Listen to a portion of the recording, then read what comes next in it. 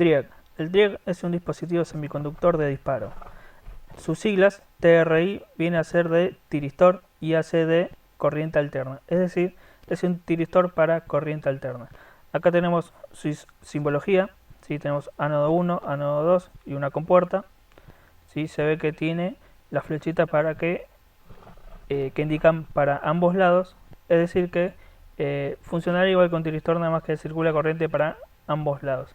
Acá tenemos un empaquetado bastante común para esto, en realidad vienen de varias potencias, pero este sería el más común de todos. Acá de vuelta tenemos su símbolo, ¿sí? La representación circuital sería como dos tiristores en antiparalelo. Antiparalelo quiere decir están en paralelo, pero sus terminales están dados vueltas, ¿sí? Ánodo con cátodo y cátodo con ánodo, ¿sí? Pero su compuerta está compartida, ¿sí? Acá tenemos la estructura interna del TRIAC, que no nos vamos a poner a analizar, pero para que la tengan vista. Lo que es su curva de funcionamiento, si vemos esta parte, es igual a la de un tiristor común. Si no, tenemos la corriente de mantenimiento, la tensión máxima, la corriente máxima, ¿sí? Nada más que esta curva se monta en forma de espejo, o sea, se ve espejada en la parte negativa, es decir, que funciona de la misma manera para un sentido de corriente que para otro sentido de corriente. O sea, que yo puedo cebar o activar este TRIAC con una corriente positiva, o sea, entrando a la compuerta, o una negativa, de las dos formas. Acá tenemos un circuito básico y práctico para funcionamiento del TRIAC. Acá tenemos la carga, la fuente, que en este caso sería la corriente alterna de la línea, el TRIAC, una resistencia de compuerta, ¿sí? Y una llave que habilitaría la tensión de la fuente para que alimente también la compuerta. Obviamente la resistencia de esta sería un valor relativamente alto comparado con la carga, cosa que la corriente de compuerta sea bastante más chica que la corriente de la carga que va a circular por el TRIAC. Si estamos hablando de más o menos unas decenas de miliamperes acá, y acá ya estamos hablando de amperes, así que más o menos 1000 veces o más de 100 veces la relación entre una corriente y otra. Acá tenemos un ejemplo básico, ¿sí? En este caso estamos activando el tiristor con un MOC, que es un optoacoplador, en realidad es un optotriac, ¿sí? Se acuerdan que los opto del lado de la entrada tienen un diodo emisor, ¿sí? Que en realidad no se ve porque está dentro del empaquetado, y este lado tendría integrado un TRIAC o un optotriac, ¿sí? Para activar la compuerta. Este es el circuito que me recomienda el fabricante, ¿sí? Cuando yo active desde acá, me va a venir corriente por acá, por la resistencia 470 y de 360, y esto me va a ir de vuelta a la compuerta. Ojo que acá no está conectado, ¿sí? Este capacitor, ¿sí? Es para mantener regular el voltaje, ¿sí? Entre los dos ánodos, pero lo tengo que tener en cuenta cuando analizo su funcionamiento. Acá tenemos lo que sería la masa o la señal negativa, y hot sería positivo, lo que sería vivo y masa en las líneas. De este lado el fabricante me muestra una forma de encenderlo, pero no necesariamente tiene que ser esto. Acá en la pata 2 puedo ponerle masa, y acá le puedo enchufar directamente un microcontrolador o algún Arduino que me dé una señal digital 5 volts, ¿sí? Con una resistencia para limitar su corriente, ¿sí? La corriente que necesite esto me lo va a dar también la hoja de datos para poder calcular la R, ¿sí? Con esto yo puedo activar este tiristor. Este MOC o optoacoplador tiene una característica especial, ¿sí? Tiene un circuito de no retorno a cero. ¿Qué quiere decir? Que trata de que nunca se desactive el tiristor siempre y cuando tenga una señal en la entrada.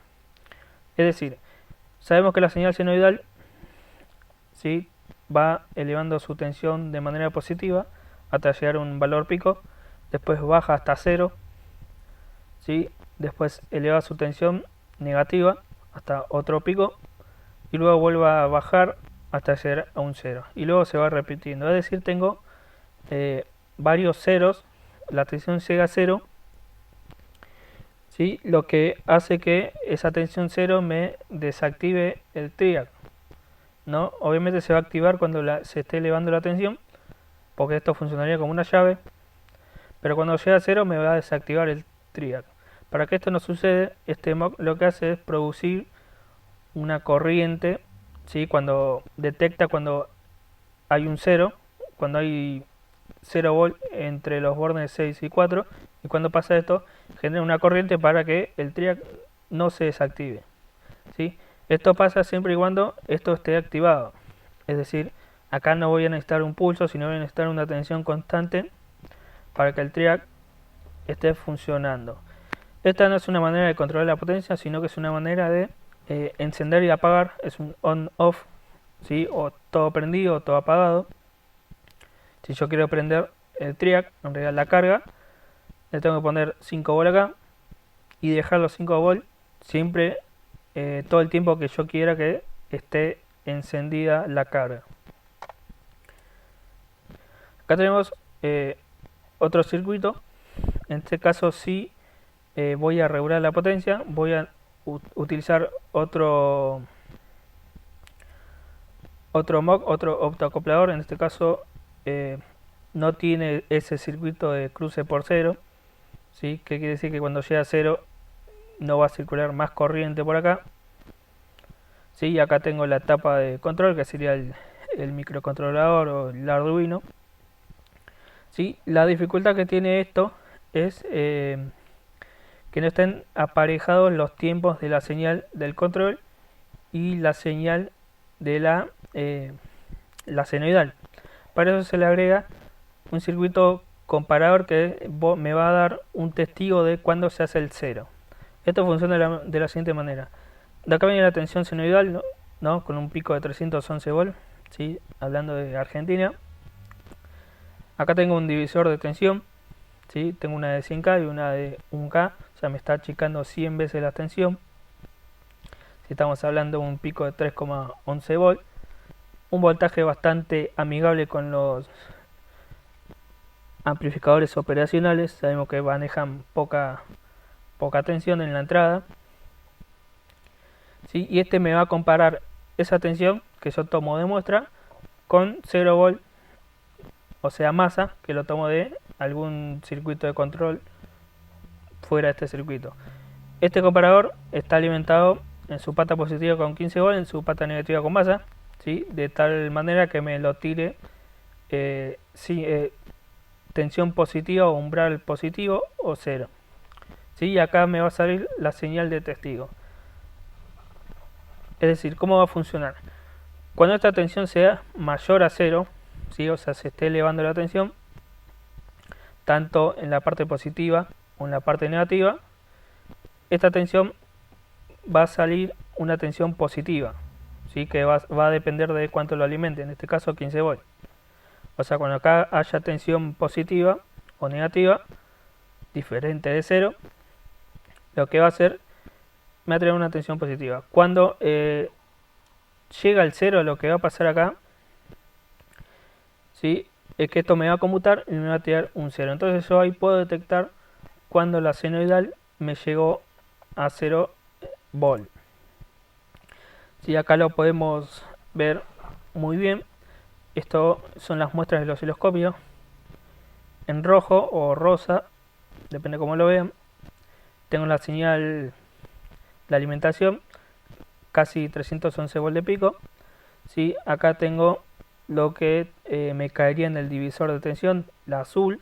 Ven que también es senoidal, pero bastante más chica. Acá se me ve un pico de 3,06 volt, ¿sí? Y esta va a ser la salida que yo tengo de mi comparador, que en realidad es un amplificador operacional, ¿sí? Fíjense que me marca un cambio justamente en los ceros, cuando se hace 0, ¿sí? Mientras está negativo me queda 0, cuando pasa a positivo genera el cambio, ¿sí? Esto solo puedo detectar mediante software en un microcontrolador de vuelta o con un dispositivo de Arduino, ¿sí? Entonces esto es una señal o un testigo que me dice cuándo yo puedo generar mi señal de disparo, ¿sí? Para controlar la potencia. Recordando cómo se generaba el control de potencia, esta era la señal original o la de la línea, ¿sí? Lo que voy a hacer es retardar el disparo. Fíjese que acá arrancaría, se retarda un cachito, un tiempo específico, controlado por software, obviamente, o por el circuito de control, ¿sí? Se espera un cachito y luego se conmuta, ¿sí? Cuando llega a 0, pasa de vuelta, se espera un tiempo específico y recién ahí conmuta, ¿sí? Y cuando llega a 0 de vuelta, otra vez se espera un tiempo y recién ahí conmuta, ¿no? El tiempo específico que tarda en conmutar va a ser controlado por el dispositivo de control. Sí, obviamente esto tiene que estar muy bien sincronizado para que tome el tiempo en el que tiene que esperar justo en el 0. Por eso es muy importante tener algún circuito que me esté registrando cuál es o cuándo se genera el 0 en la tensión de alimentación. Acá tenemos otro control de potencia, en este caso es un control de potencia que no usa ningún dispositivo digital, sino que estoy usando un potenciómetro. Es igual el que usa el tiristor, donde es exactamente igual. ¿Sí? Este es un llamado dimmer que se usa o se usaba en las lámparas incandescentes. ¿Sí? Esto lo que hacía es controlar la potencia para dicha lámpara, y esa lámpara cambiaba su intensidad lumínica, ¿sí? Dependiendo cómo yo vaya variando el potenciómetro. Sabemos que si variamos el potenciómetro, variamos el ángulo en que está conmutando el triac, que los cálculos son exactamente los mismos porque las señales son exactamente iguales a la de los tiristores. Cabe destacar que este circuito sirve solamente para las lámparas incandescentes, no sirve para lo que son las lámparas LED o las lámparas, ¿sí? O los tubos fluorescentes o de esos tipos, porque esos tienen otros circuitos internos que me están regulando la tensión. ¿Sí? No sé si llegaron a ver, pero acá se le agregó otro dispositivo desconocido, ¿sí? Que es muy parecido al triac, nada más que no tiene la pata de la compuerta, ¿sí? Que se llama diac. El diac, ¿sí? Que este es el símbolo, es como si yo tuviera dos diodos en antiparalelo, ¿sí? La diac quiere decir un diodo de corriente alterna, ¿sí? Parecido al triac, la nomenclatura, ¿sí? Y la forma de funcionamiento es la siguiente. Yo tengo, ¿sí? Si se fijan acá, es muy parecida a la del triac, en realidad es casi igual, ¿sí? Nada más que no tiene corriente compuerta. Esto es cuando llega una tensión específica, ¿sí? Que en realidad viene entre 20 y 40 volts, que vendría a ser como la tensión umbral de los diodos comunes, pero la de los diodos comunes es 0,7 volts, 0,5 volts, dependiendo del tipo. En estos diac son bastante más altos, 20 a 40 volts, dependiendo del modelo. Cuando se supera esa tensión, se genera un salto de corriente y empieza a conducir como si fuera un diodo común, ¿sí? Esto pasa tanto cuando se le agrega 20 a 40 volts positivos como negativos, ¿sí? Porque funciona en ambas direcciones. ¿Y para qué funciona este diac? El empleo de esto es para que no me cree, ¿sí? Este circuito falsas conmutaciones en el triac. O sea, sabemos que en el triac no va a haber corriente, ¿sí? Si pasan, por ejemplo, menos de 20 volts. Si acá hay menos de 20 volts, no va a conmutar porque no va a haber corriente, porque el diac se lo está impidiendo. Entonces yo logro tener una conmutación bastante más limpia, sí, gracias al DIAC. Ahora, también vimos por ahí que se le agregó, ¿sí?, una resistencia y un capacitor que son ajenas a la RL, que es la carga, y acá tenemos una bobina, ¿sí?, que en este caso la R, la C se llama red snoozer, que es para controlar, ¿sí?, lo que es la derivada de voltaje sobre la derivada de T. ¿Qué es esto? Son los cambios bruscos de tensión, ¿sí? Estos cambios bruscos de tensión se pueden producir por desfasajes, ¿sí? Estos desfasajes van a pasar cuando yo tengo una carga reactiva, ¿sí? Estamos hablando de inducción, bobinas y capacitores. Cuando tengo una carga, sabemos que tenemos una carga en la alterna reactiva, produce desfasajes, ¿sí? O también se produce por las capacidades internas. O sea, ¿qué es lo que pasa? Al tener, por ejemplo, un desfasaje, ¿sí?, o sea, la corriente está desfasada de la tensión, ¿sí? Si se desfasa lo suficiente, en un momento voy a tener una corriente de cero, ¿sí?, porque acaba en una corriente de cero porque va a estar bloqueado el tiristor, el triac, mejor dicho, sí, pero al estar desfasado hay cero corriente, pero sí hay tensión, porque justamente están desfasados. Y esa tensión lo que me hace es que me crea una falsa conmutación, ¿sí? Me crea una corriente y una falsa conmutación que yo no quería, pero se produce igual. Entonces, para evitar eso se suele poner una resistencia de 100 ohms de carbón, ¿sí?, un capacitor de 100 nanofarads, obviamente que soporte los altos voltajes. Acá estamos hablando de 300 volts, 400 volts. O sea, hay que tener en cuenta qué tipo de capacitor se va a poner acá. Obviamente no un electrolítico, ¿sí? Y las capacidades internas tienen que ver con que todo circuito, todo dispositivo tiene capacidades internas, ¿no? Y esas capacidades le caen tensión.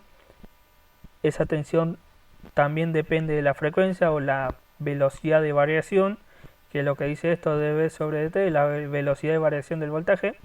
¿Qué quiere decir? Que si esta variación es muy alta, ¿sí?, la tensión también va a ser alta, ¿sí?, lo que me va también a producir una falsa conmutación que no quiero. Entonces la red snoozer es para evitar falsas conmutaciones, ¿sí? Y se suele poner por las dudas siempre dependiendo de la carga que estemos utilizando.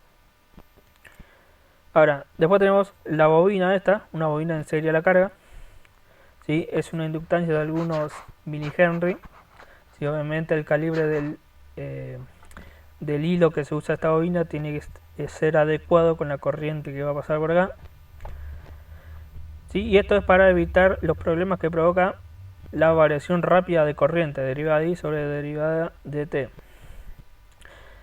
¿Qué es lo que pasa con esto? Esto pasa cuando tengo cargas altamente inductivas, ¿sí?, o tengo alta frecuencia de línea, o tengo ondas no senoidales, ¿sí? Ondas senoidales son, por ejemplo, las rectificadas, ¿sí? Sabemos que las ondas rectificadas tienen frecuencias, tienen varias frecuencias, no es una frecuencia única, ¿sí? Tiene armónicas. Esas armónicas suelen ser de frecuencia alta, ¿sí? O sea, va a ser el mismo efecto que la frecuencia alta, ¿sí? Y ayudado con el desfasaje, lo que provoca es que se cree una tensión, ¿sí? ¿Sí? O un problema directamente de la variación de voltaje. Es decir, la variación rápida de corriente me trae un problema de variación rápida de voltaje, ¿sí? Pero ¿qué pasa? Para solucionar problemas con el desfasaje y las capacidades internas, uso esta red snoozer. Pero ¿qué pasa? Cuando el problema me lo produce una carga muy inductiva, por más que yo use una red snoozer, no me soluciona el problema. Entonces lo que tengo que hacer es poner una bobina de unos cuantos milihenry para disminuir esta variación rápida de corriente, ¿sí? Y que esta variación de corriente no me genere una variación rápida de voltaje y me cree una falta conmutación.